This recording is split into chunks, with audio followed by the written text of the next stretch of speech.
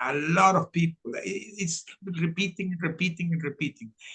People have gone through valleys, have gone through adverse situation in their life, have been beaten.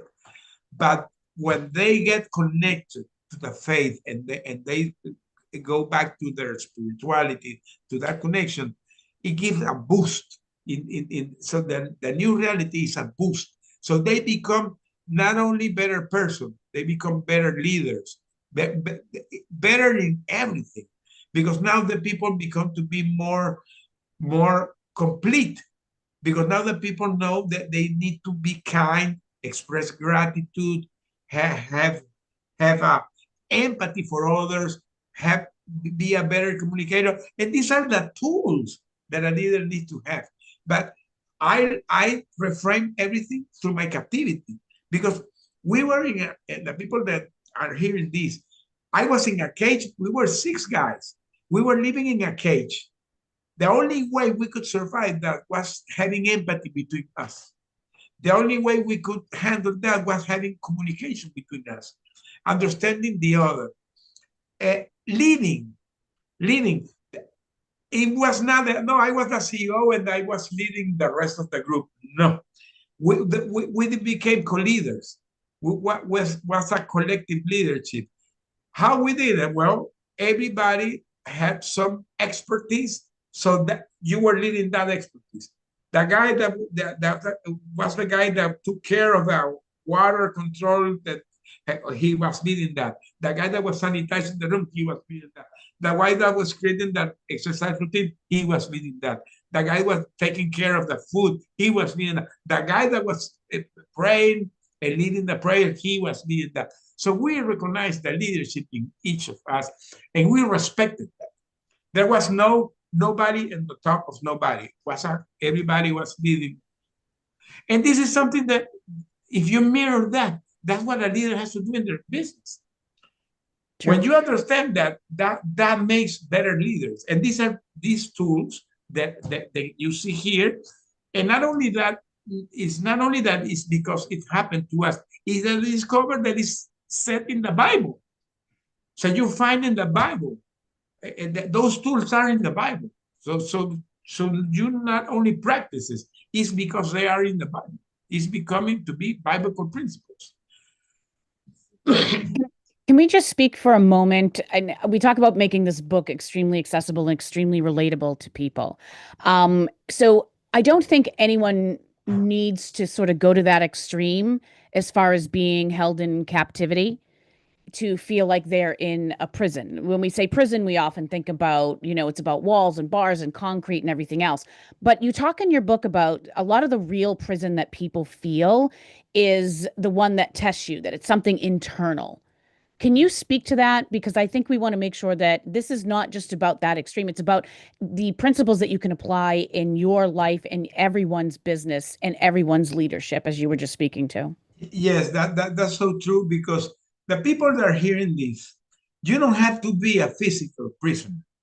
You don't have to be a physical hostage. But believe me, sometimes the people are in their mental hostage situation. They're stuck in their business. They don't know how to handle the situation. The business maybe is not growing. You're having problems with the people, with your client. You don't know how to handle that situation. Sometimes being a mental hostage, sometimes is even worse than being a physical hostage. I say that people, they don't have to go to the process I went. So that's why the importance of this book and the coaching, because those tools that I learned there are here to help you. So you don't have to do the things. I already went through that, and I can navigate you how you can manage that. Things, for example, regretting balance in your life. So important. That the leadership in today's world, by the way, I was talking this morning about that. Leaders in this world are full of ego, self-centered. Everybody's thinking in themselves. I was talking with a guy that he told me that he felt that in his business he was bullied because his coworkers were bullying him. And I told him why. He said, because everybody was full of ego. You know, everybody was full of ego. And when you go to the top, sometimes you feel that, oh, I'm a great guy. I'm in the top because it's me. And it's not because of you. So and when you go in that path, you begin to lose sense of reality and sense of contact with the people that really cares, that is your family. So it's so common that you go to the top in a leadership position, but you lose your family, you lose friends, you lose everything, because that was me. That was me, and that was a great lesson that I learned, and I'm here to share with you. I'm here to tell you how you can reframe this to become not only a good leader in your business, a good leader in your life. Can you talk to vision in the dark? I think Jeremiah 29:11 is where you said that that was a passage that wasn't just a motivational quote for you, but it was a lifeline. And you read it over and over and over. And it's for I know the plans I have for you, declares the Lord. And trusting in that and having that vision in the darkness when you were in captivity, and how you then now relate that to the things that you're teaching in your coaching program. Let me say to the people that are hearing this an episode that we went through in our captivity. We were in a dark place. We were in one of the worst dungeon, and there was a military that he was a very Christian guy, and he could smuggle us a pocket Bible.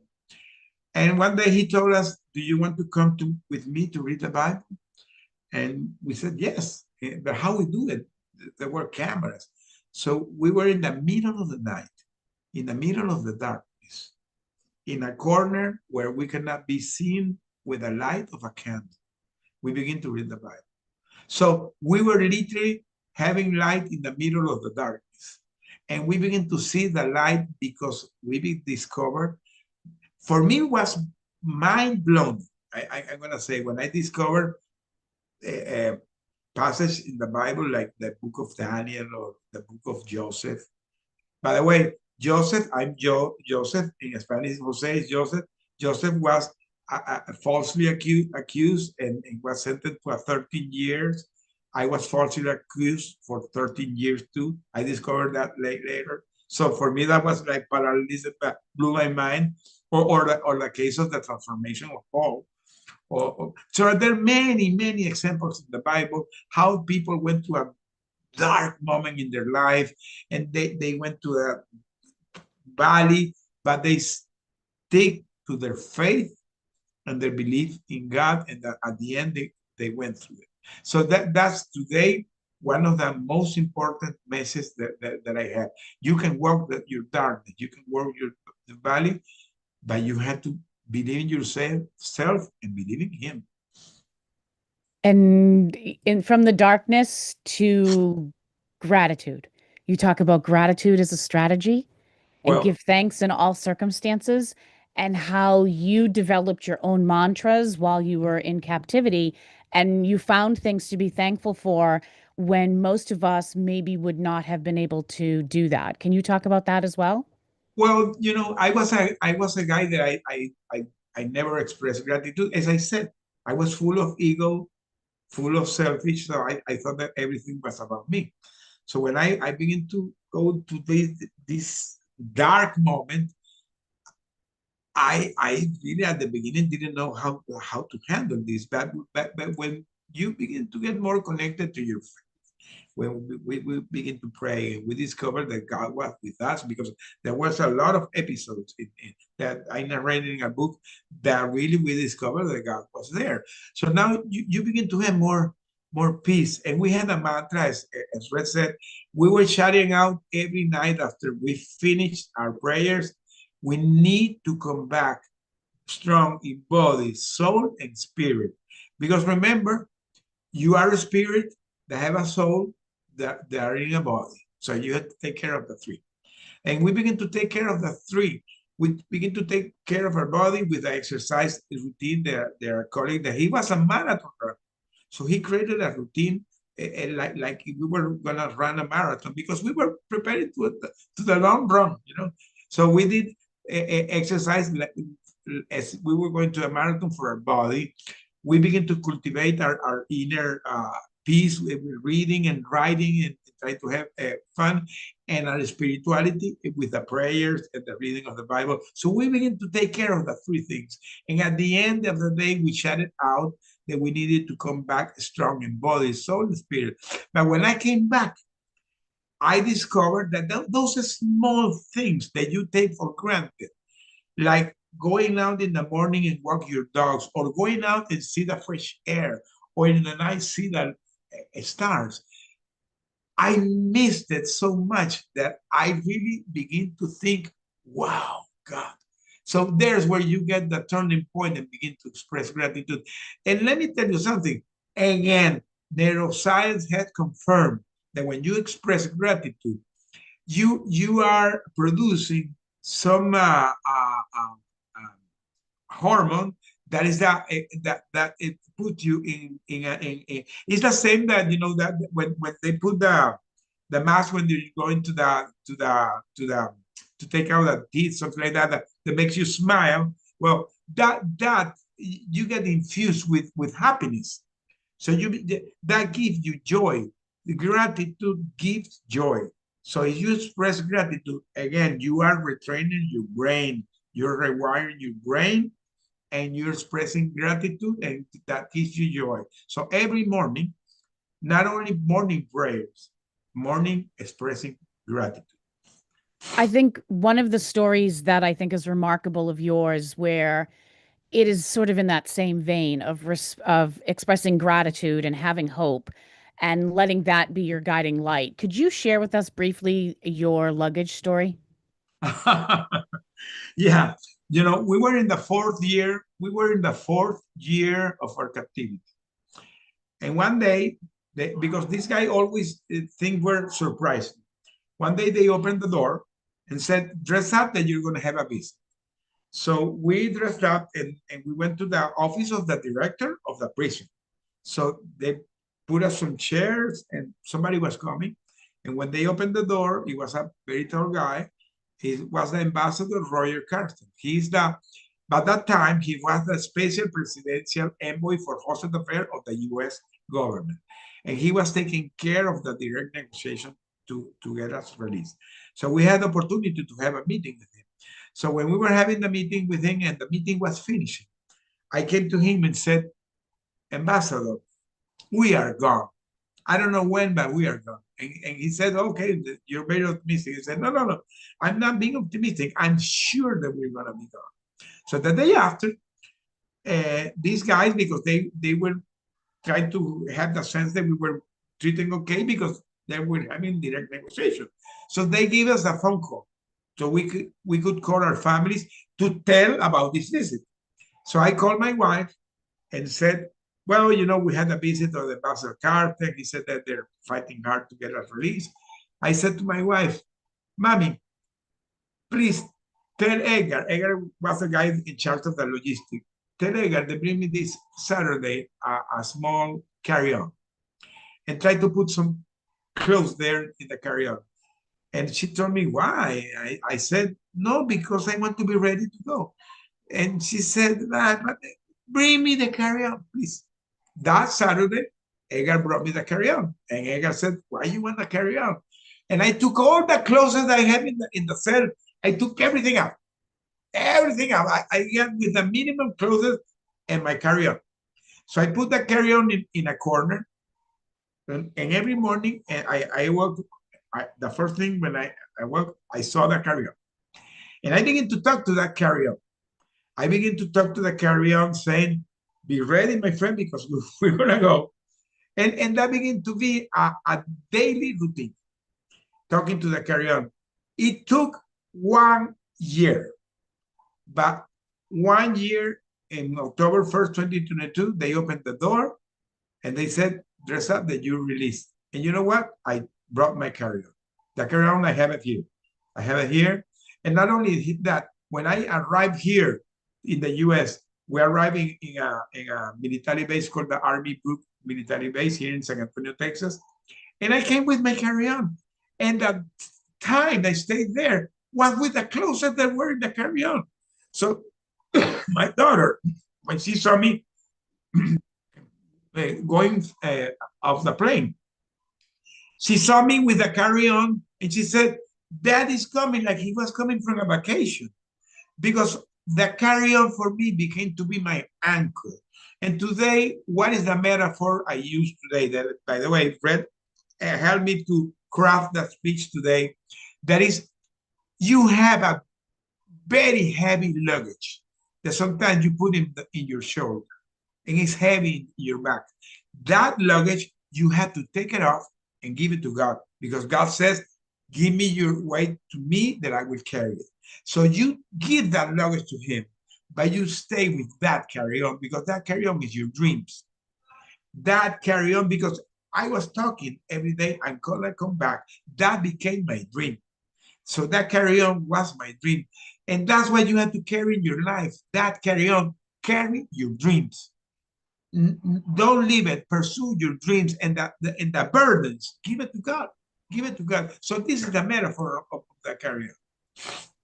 I think one of the things that you and I often talk about is the difference between baggage and luggage, Oh and yeah, how you refer to your bag, as luggage, and how baggage is what weighs you down mm-hmm.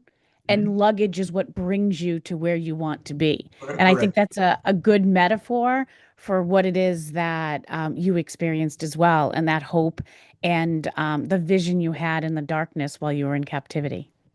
Yes, and again, anybody that's hearing this, don't don't carry a baggage. Give the baggage to God. Mhm. Carry your luggage. That is your dreams. I think one of the things that you talk about in the book is one of the questions you often get from people is they ask you how it was that you managed to survive almost 5 years in captivity. And how did you hold on? How did you stay strong? And how did you do it without, losing your mind and maybe, just being at your breaking point? And one of the things that you shared in the book is, the truth of the matter is that you did break, and more than once. But the difference between your experience and getting out of there was that you just didn't stay broken, and that is the difference. And I think that's a lot of the foundation behind your Unbreakable Leadership book and your coaching program. Yeah, because adversities always will be there. If you're running a business, the probability to have adversity always will be there. Even you can fail. How many times people don't broke?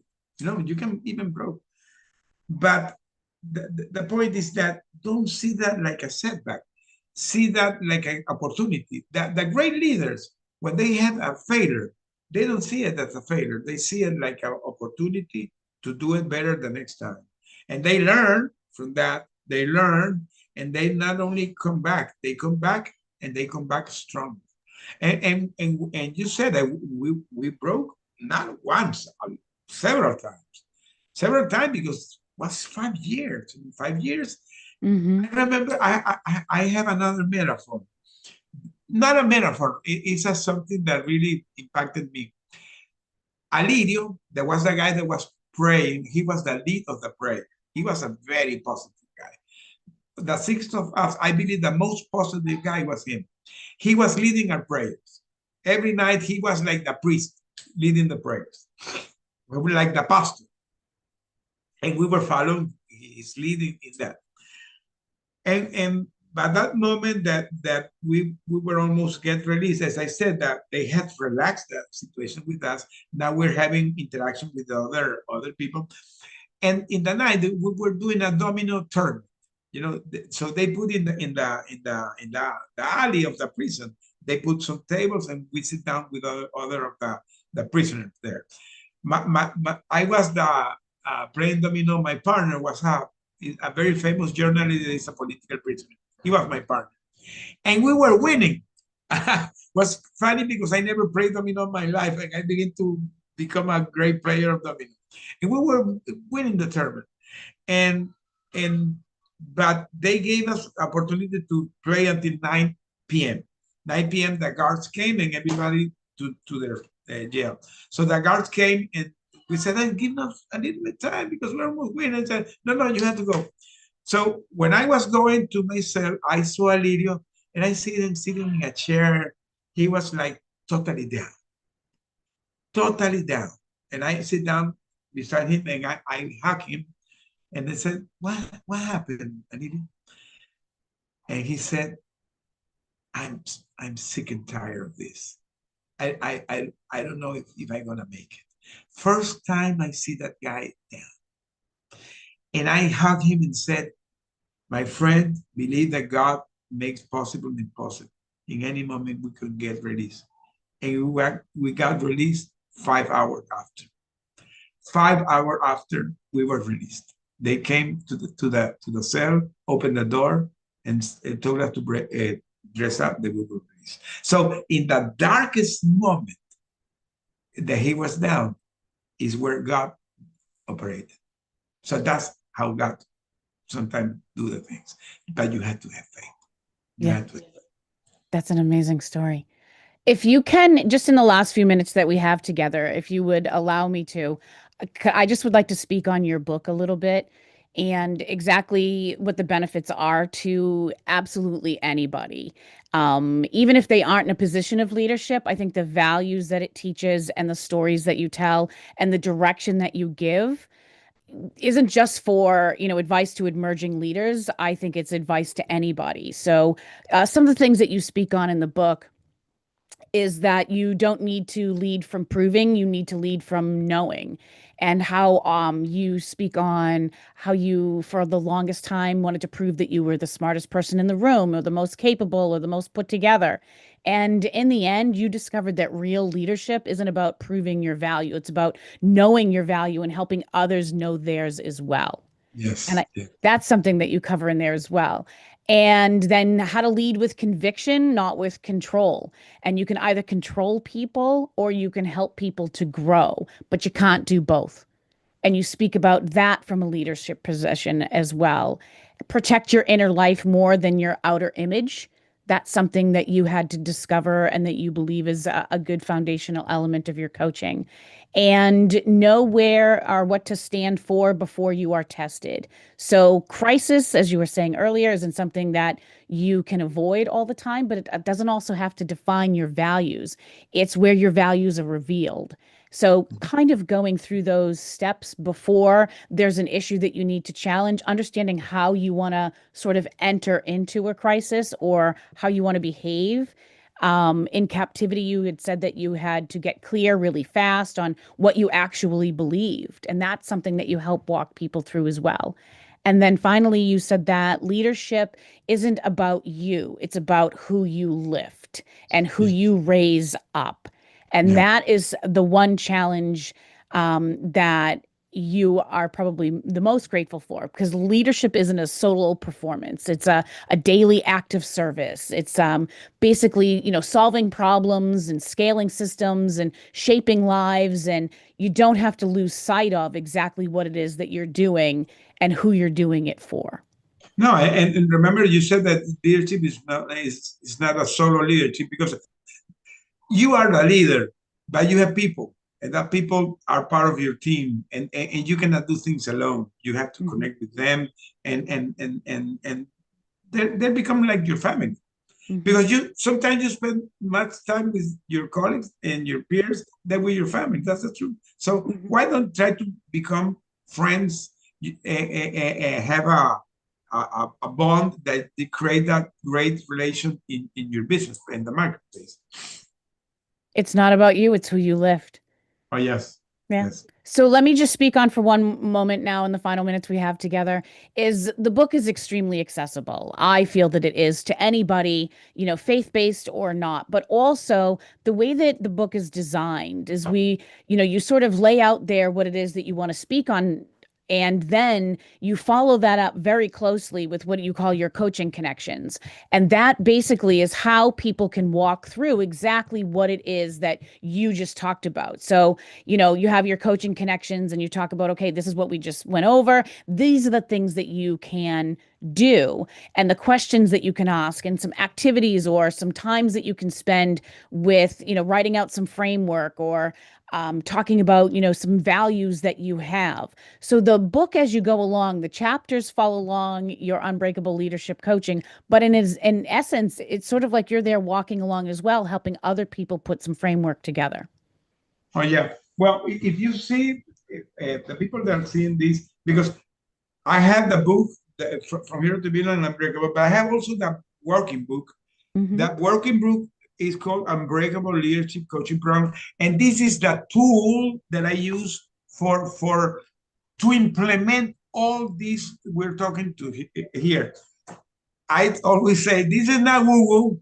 This is not woo woo. This is something that was learned in the battlefield.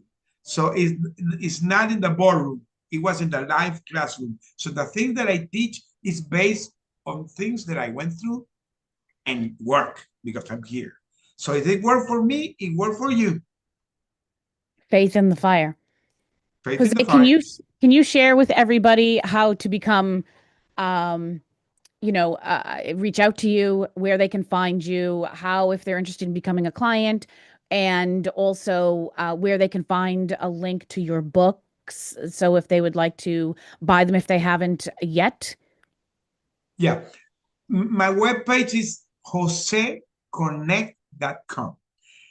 In that webpage, you can find everything about me because there is a landing page for the book. For this book in particular, I have two ways you can go, or directly in my webpage, you can find a link to have a signed copy. So if you want to have a signed copy, I will receive that here, I will sign it, and I will deliver to you. If you want to have only the copy, you go to the link of Amazon and you can go in Amazon. The other book that is From Hero to Villain, also there is both in English and in Spanish, same thing. There is a link to my coaching program. There's a link to my speaking. There is a link to my podcast because I have the podcast. And if you think that you can be a great guest, you can put your thing there to become a guest there. I'm gonna become also the host of a program.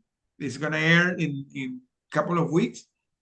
It's gonna be in Spanish, but it's talking about leadership, unbreakable leadership. For me, everything today is unbreakable because everybody is unbreakable.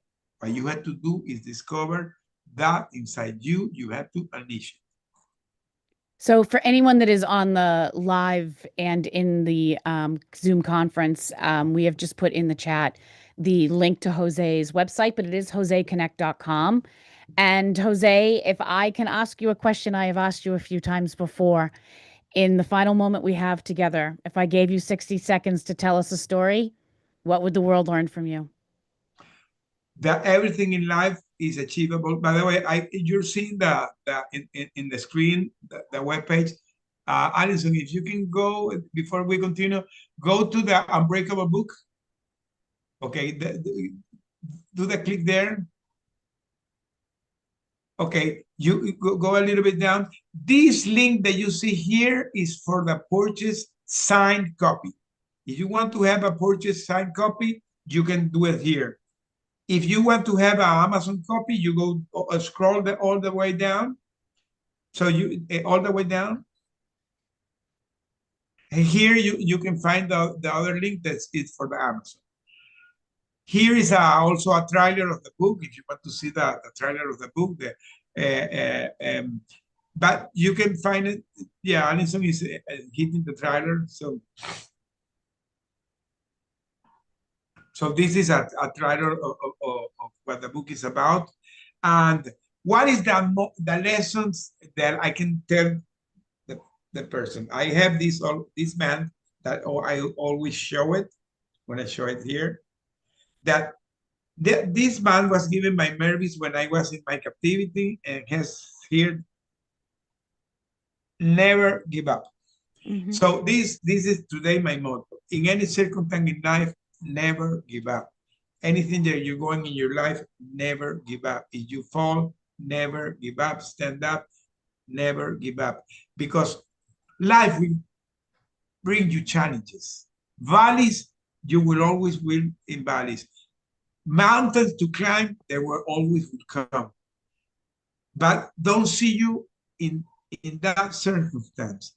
Visualize yourself where you want to be. And if you're walking in your purpose, if you're walking in your dreams, pursue them.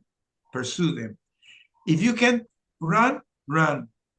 If you can walk, walk. If you cannot, crawl, but keep going. But never give up. Never give up. Absolutely.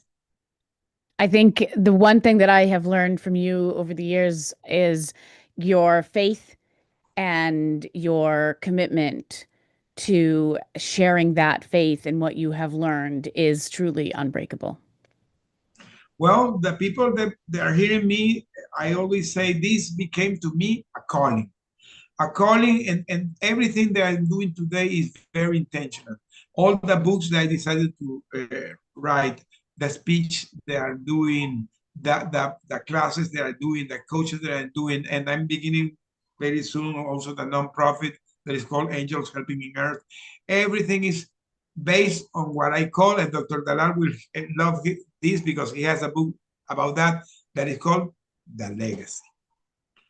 The lifetime legacy. Everything for me today is to leave a legacy to my grandsons. The other day I was having a conversation with Martin, my grandson. Martin has today 10 years. And we were here and I told him that I had written this new book. And he always is curious with me. And I said, Papi, I'm beginning the nonprofit. The nonprofit is called Angels Helping in Earth. And I visualize you running that in 40 years. And you know what he did? He began to cry. Oh. He began to cry, and but his crying was like he didn't believe that I said that to him. So I touched his heart. So how long is this to run? No, we're finishing. We're finishing. We're wrapping up right now, Bill. We're wrapping up right now. Yeah, we're coming to the end. So for me, that is a lifetime legacy. And everything that you do in life, find your purpose. Try to leave a legacy because everybody has a purpose in life. Visualize what is your purpose and leave a legacy. Jose, I am very grateful for you and your time today and sharing your expertise and experience. And your time is extremely valuable, and I hope I honored that here today. Thank you, thank you. Thank you the people that could come. There was some technical issues with some connection, but we're gonna leave some recording that I know that people are gonna be hearing it. Thank you, Red. You're part of my journey. Alison, thank you for all you do, and thank you the people that joined it. So we're coming to the end. So thank you. God bless you all. Bye. Bye.